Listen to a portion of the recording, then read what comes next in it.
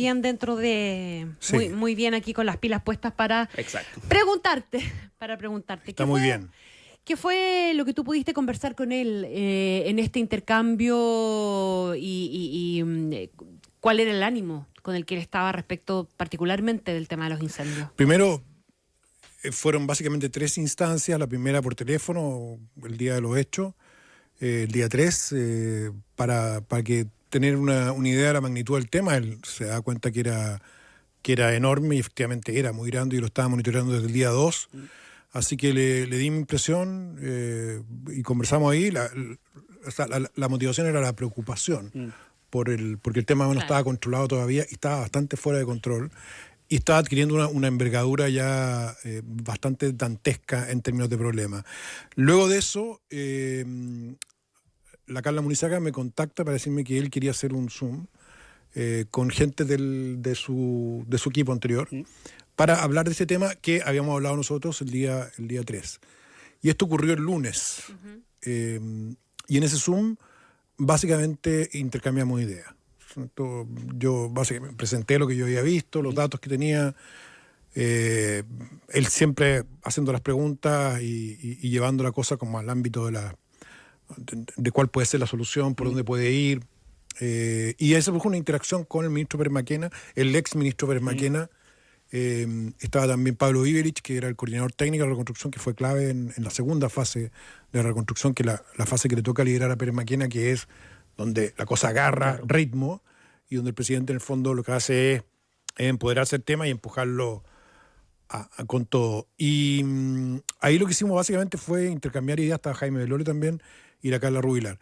Intercambiar ideas, la Carla le daba un perfil más social al tema. O sea, era como un mix de toda la problemática que tiene esto desde el ámbito, por ejemplo, técnico, político, social. ¿Con qué ánimo? ¿Con el ánimo de aportar eso? Él lo dijo, o sea, dije, miren ustedes, o sea, acá claramente tenemos un problema grande, gigantesco. Esto es un incendio que además ya a esa altura, el lunes ya sabíamos que era el incendio más grande que hemos tenido en área urbana en la historia, dejando fuera el de 1907.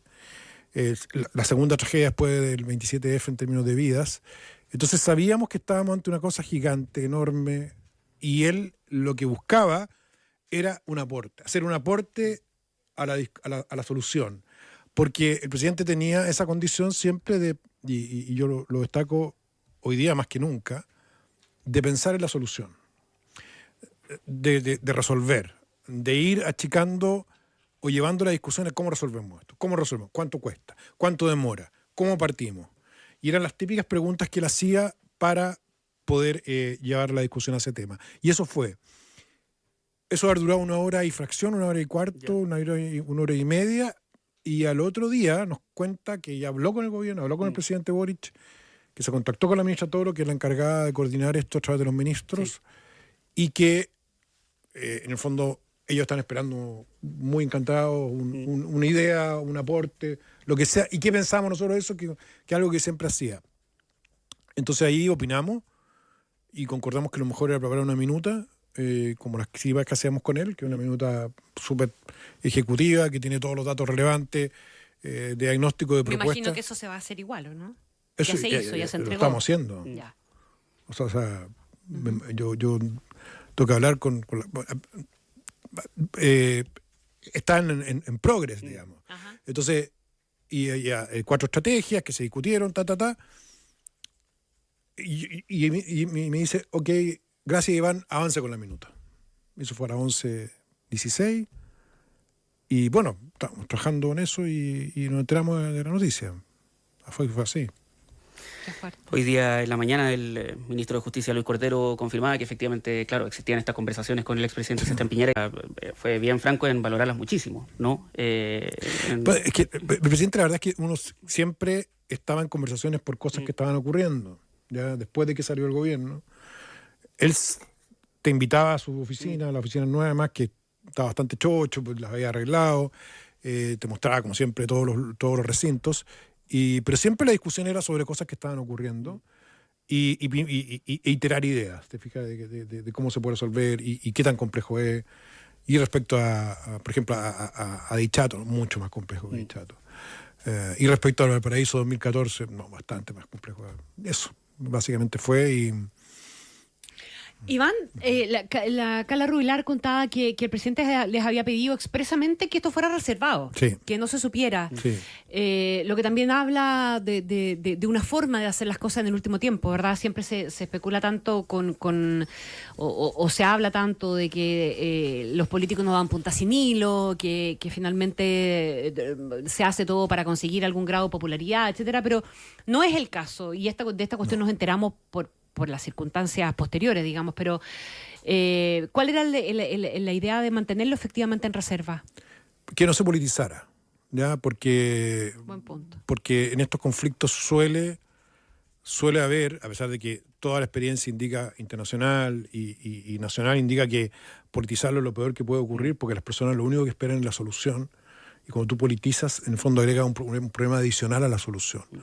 Pero él estaba al tanto que eso iba a ocurrir, que iba a haber crítica de lado y lado, entonces nos pidió guardar reserva y obviamente la guardamos. Y siempre que habíamos hecho eso con él, se hacía así. Y bueno, y de hecho, cuando ocurre esto, a mí me llegaron algunos llamados de que ya se había hecho oficial que estábamos con este equipo de trabajo, pero entiendo que eso fue una decisión hacerlo oficial, no sé de quién, pero ya de la oficina del presidente. Me imagino que estaban todos de acuerdo. Ha pasado muy poco tiempo, ¿no, Iván?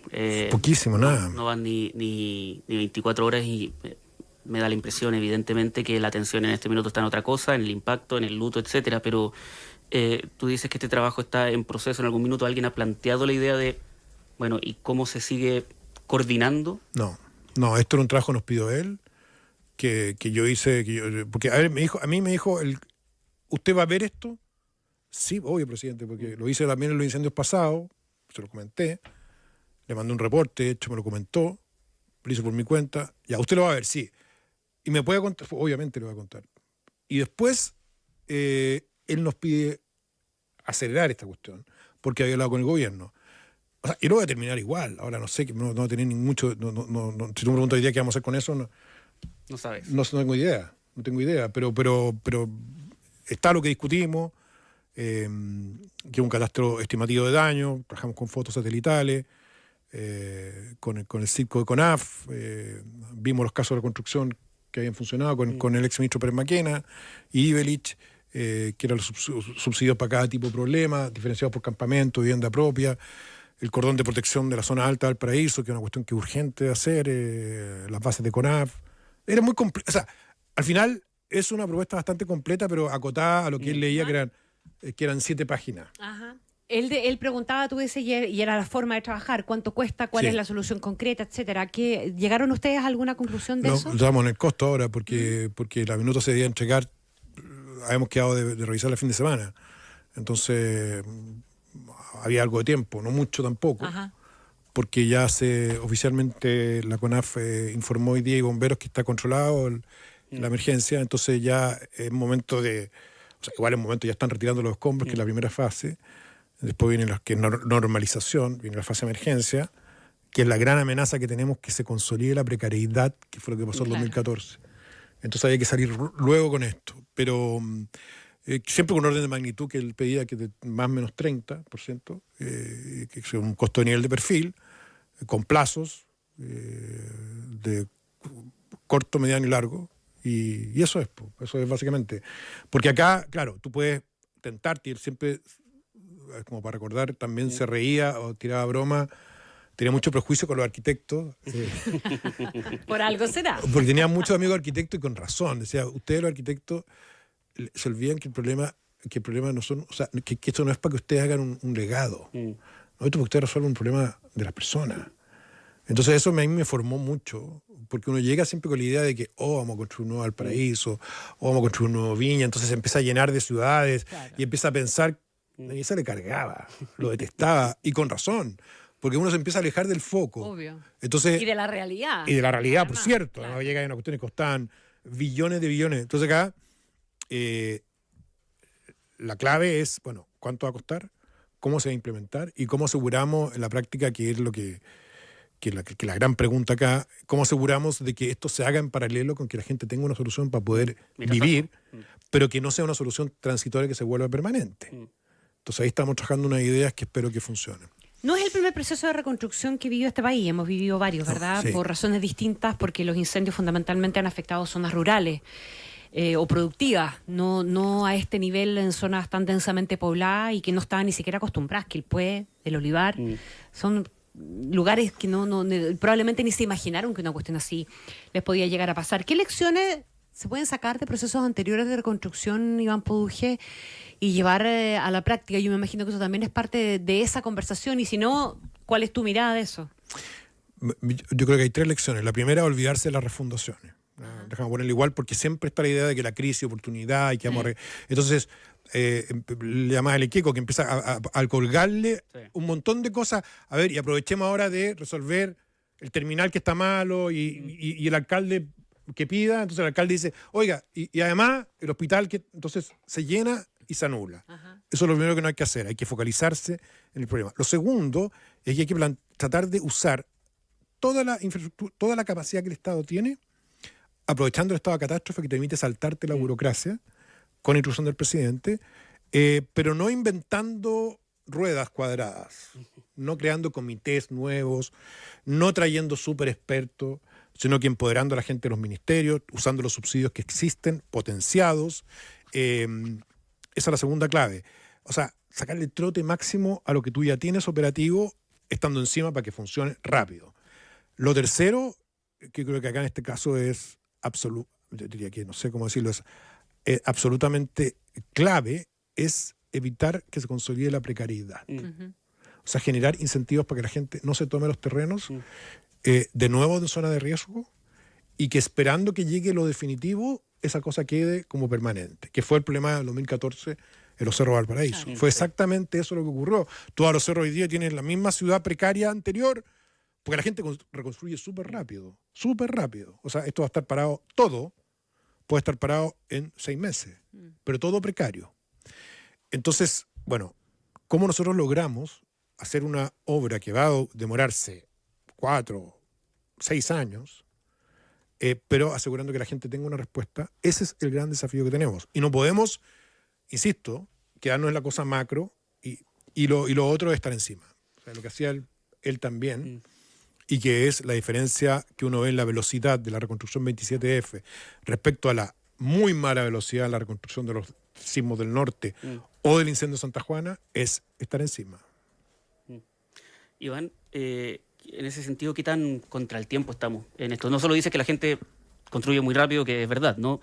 Pero también hay otros 2 factores que son complejos para este escenario. Primero, estamos en febrero, es decir, en 3 semanas más en marzo, y la atención se va hacia otro lado. Sí. Nos lo decía un director de la ONEMI el día lunes, ¿no? Decía, el problema de los incendios es que se asumen como estacionales, entonces se dice, ya, hay un incendio en febrero gigante, estamos todos febrero preocupados de aquello, llega marzo y estamos pensando en otra cosa. Sí. Y lo segundo es que, bueno, estábamos en una catástrofe, viene otra de otra índole, pero igual impactante, y que obviamente domina la contingencia noticiosa, como es el mismo fallecimiento del expresidente Sebastián Piñera, y ahí se produce la paradoja de que probablemente lo último que él habría querido es que con esto el resto se olvidara de la tragedia que está viviendo Valparaíso. Bueno,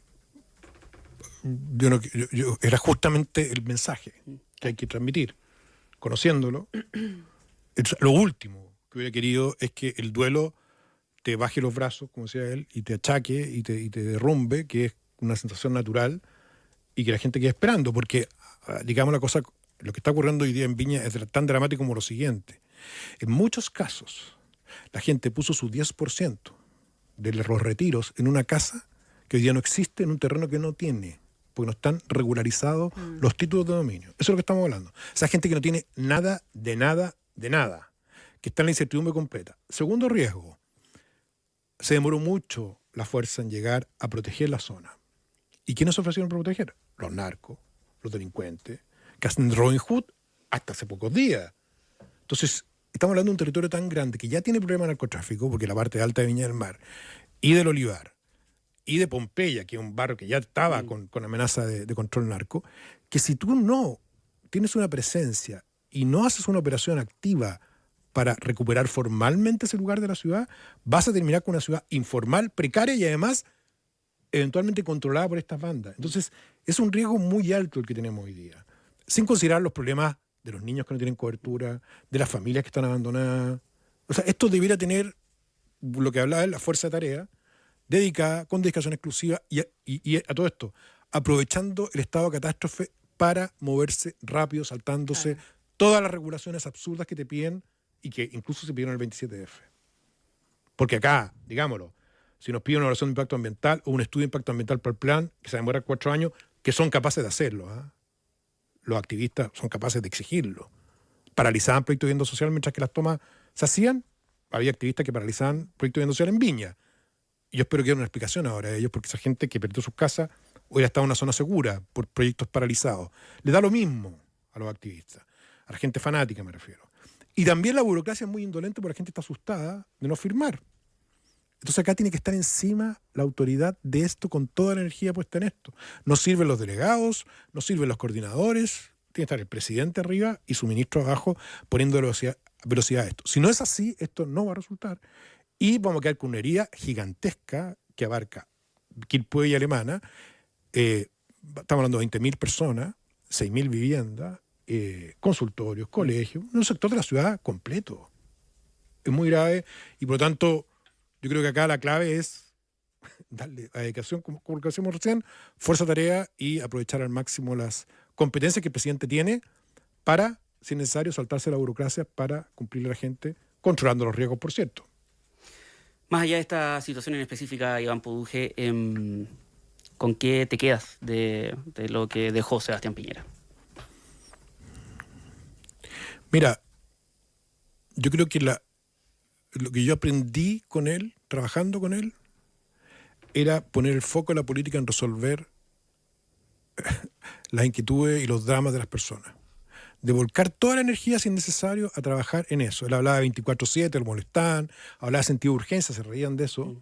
Incluso había algunos intelectuales que decían que sentido de urgencia era una palabra que no iba contra el relato, que yo esperaba un relato más profundo de la derecha y toda esa es bullshit. Al final lo que decía él, no, en serio, te lo digo en serio. Hay gente que está pensando que la derecha debe reescribir como sus piedras filosofales, o las políticas en realidad, no solo la derecha. Dice, acá usted tiene que trabajar el 100% para resolver este problema. Entonces siempre el problema estaba puesto en resolver. ¿Cómo resolver? ¿En qué plazo resolver? Y, claro, si no cumplía en la exigencia.